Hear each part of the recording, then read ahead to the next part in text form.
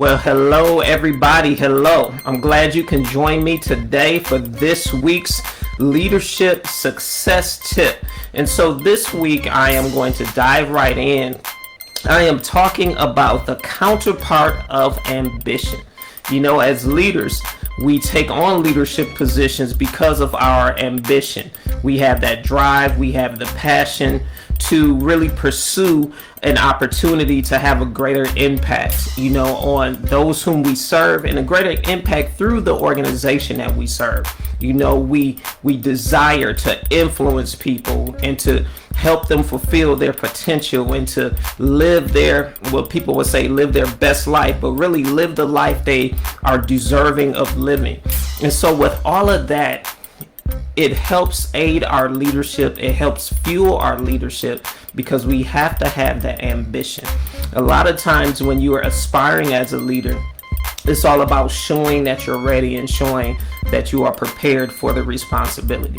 Then when you become a leader, it's all about showing how you can prepare others and how you can help others assume levels of responsibility and levels of skill that they wouldn't necessarily get to without your coaching, without your guidance, and without you being there to support them. And so leadership is a funny place. It's a journey and not a destination. And so a lot of times, as we are driving and we have that ambition and that passion, it becomes contagious. It's what fuels, our actions. It gives the emotion behind the vision. It helps people to see the vision and not just see it, but feel it. And it helps the people we are leading, those who have trusted us to lead them. It helps them to see our consistency. It helps them to see our passion. It helps them to be inspired and gain inspiration as well as hope to work with us to accomplish the vision. And that vision should encompass several things. It should be how your organization is going to impact the lives of the customers and clients you serve positively, and how you're going to be compensated for it at the same time. Because that's what business is about.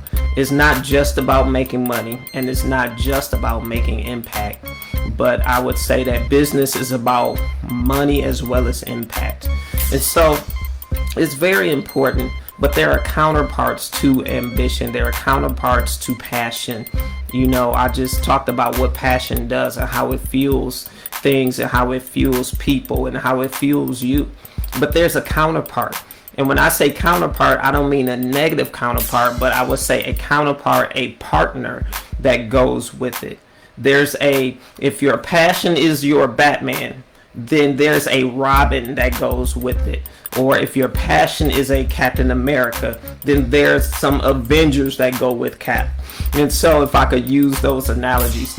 And so I'm going to give you 3 counterparts today that I want you to really think about and see how you can make sure that they are active in your life.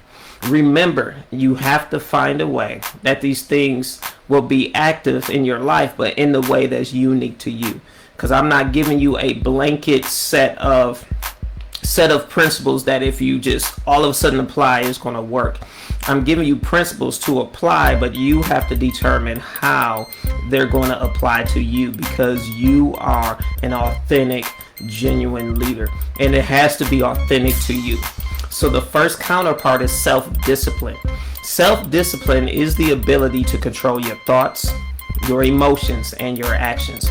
You watch what you say, you manage how you feel, and you are conscious of what you are thinking. And that self-discipline is going to help you create a foundation for you to create and act on a plan.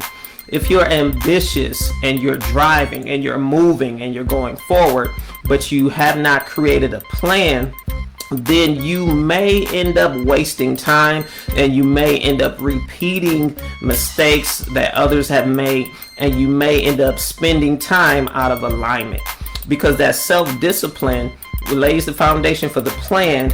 The plan helps you stay in alignment.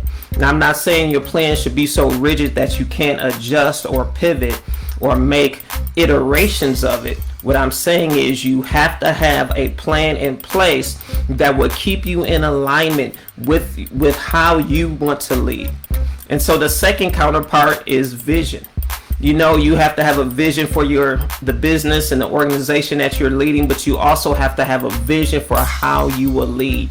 You have to know what it will look like, what success will look like, and what your impact will look like for you and the organization that you lead. So here are a few reflection questions with that. What does it look like to lead others successfully?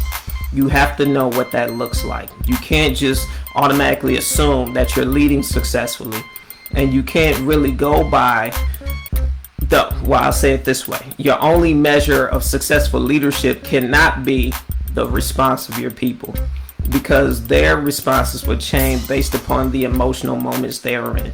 So that can't be your only gauge. And so you have to know, what does successful leadership look like for you? How is your team responding to you? How do you feel? How do you communicate? How do people outside of your organization respond to you? And how do they communicate with you? And so the second reflection question is, what does it look like when your organization, your business, your school, or whatever it is that you're leading, when you are leading successful? What does that look like? What does your business look like? What does it feel like? How is it operating when you are leading successful?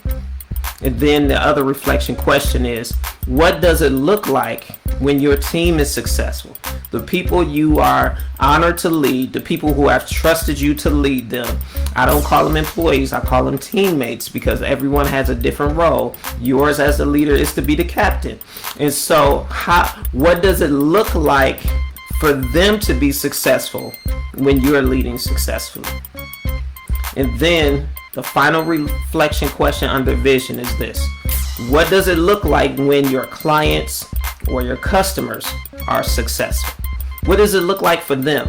How does your product or service create transformation? How does it solve their problem? How does it help them make money? How does it help them save money? How does it help them be fulfilled, experience fulfillment? How does it help them perform better? How does it help them do those basic things?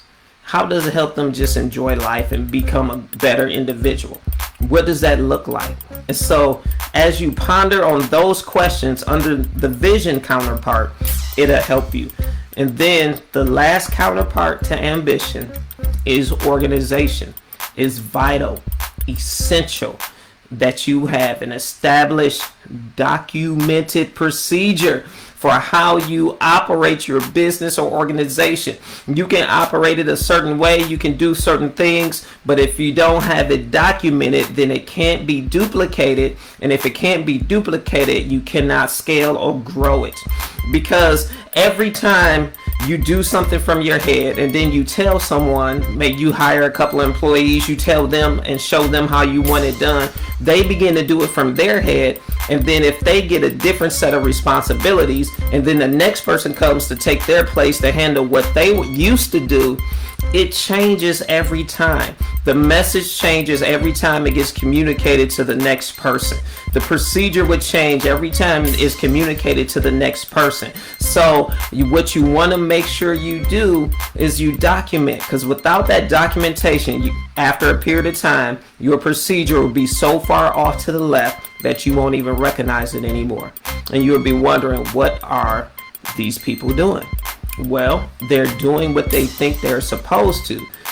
But when you have it documented, it can be duplicated, it can be scaled, it can be adjusted and adapted as needed, and everyone can be on the same page when they follow it. So it's extremely important that along with ambition, that you have these three counterparts, these three supporting roles to go with your ambition and passion.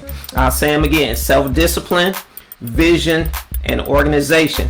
They're the three counterparts that you need to support your ambition. Some people call it drive, some people call it passion, whatever you want to term it. And remember, When you do these things, you apply them according to your unique personality, your unique style of leading, so it can be true to who you are in alignment with who you are as a leader. All right, so that's it for this week. I hope these nuggets, were beneficial and added value to you. Remember to like or share this video for people who would benefit from it. And when you're watching, drop a comment. Let me know that this thing is good. Let me know if you're watching it live or on the replay. And if you are dealing with any kind of leadership challenge and you want to figure out how you can lead more authentically because you feel like you're stuck in someone else's perception of your leadership, or you're trying to apply principles but it doesn't feel like you, feel free to give me a call. You can email me, or you can go to my calendar and schedule a leadership strategy session for free, and I'll work with you. Or you might have a team that you feel like that's not connecting with you or not doing anything because you're still doing everything. You want to give me a call so we can fix that as well. All right, so that's it for this week. Be successful and lead like a champion.